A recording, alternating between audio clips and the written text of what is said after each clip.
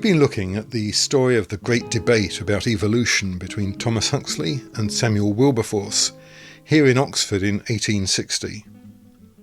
Over the years after the great debate, a myth grew up around it, the myth that Huxley had made a fool of Wilberforce. Christopher Hitchens describes it as a tipping point in the conflict.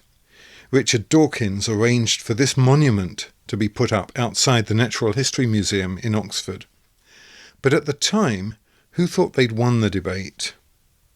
In a way, both sides came away from the debate thinking that they had won. Huxley and Hooker wrote these tremendously hyperbolic letters to Darwin that Darwin loved reading as he was off getting his water cure in Malvern. And they both claimed that they had won, that they'd won the debate, they'd won the day. But meanwhile, Wilberforce wrote in his diary that he'd clearly won as well. And then there were others who felt that neither side had won, that it was a fairly close debate. It seems like there were opinions to support any winner, any loser, a draw. There isn't really consensus over who won when you actually look at the letters between the main participants, when you look at the newspaper reports and all the documents. It just doesn't support any clear winner. The myth didn't grow by accident. It was carefully cultivated by Huxley. I think this has something to do with why the subsequent commentary on the debate suggests that Huxley had won, because he was very careful to control the memory of the debate itself.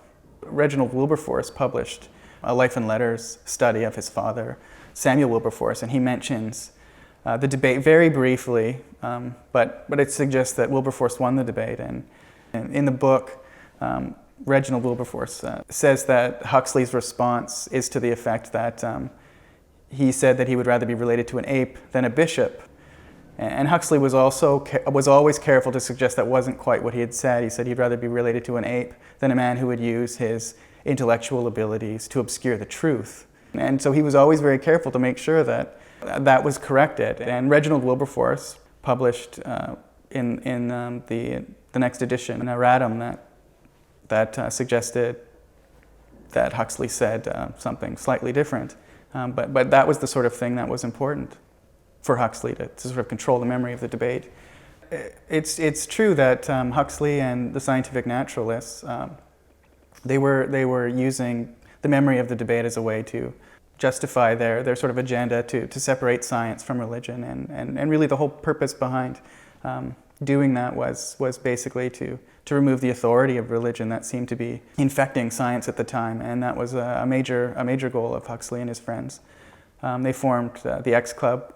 Herbert Spencer was also a member, as well as Huxley and several other scientific naturalists of the time. And they tried to engage in certain activities that would present a naturalistic science in a very good light, with a religiously motivated science in a very negative light. Huxley was an early example of a spin-doctor, and he was very good at it. In the years after 1860, he cultivated the myth of his victory over Wilberforce as a weapon in his personal crusade to free science from the influence of religion. Next time, we'll look at how the myth grew.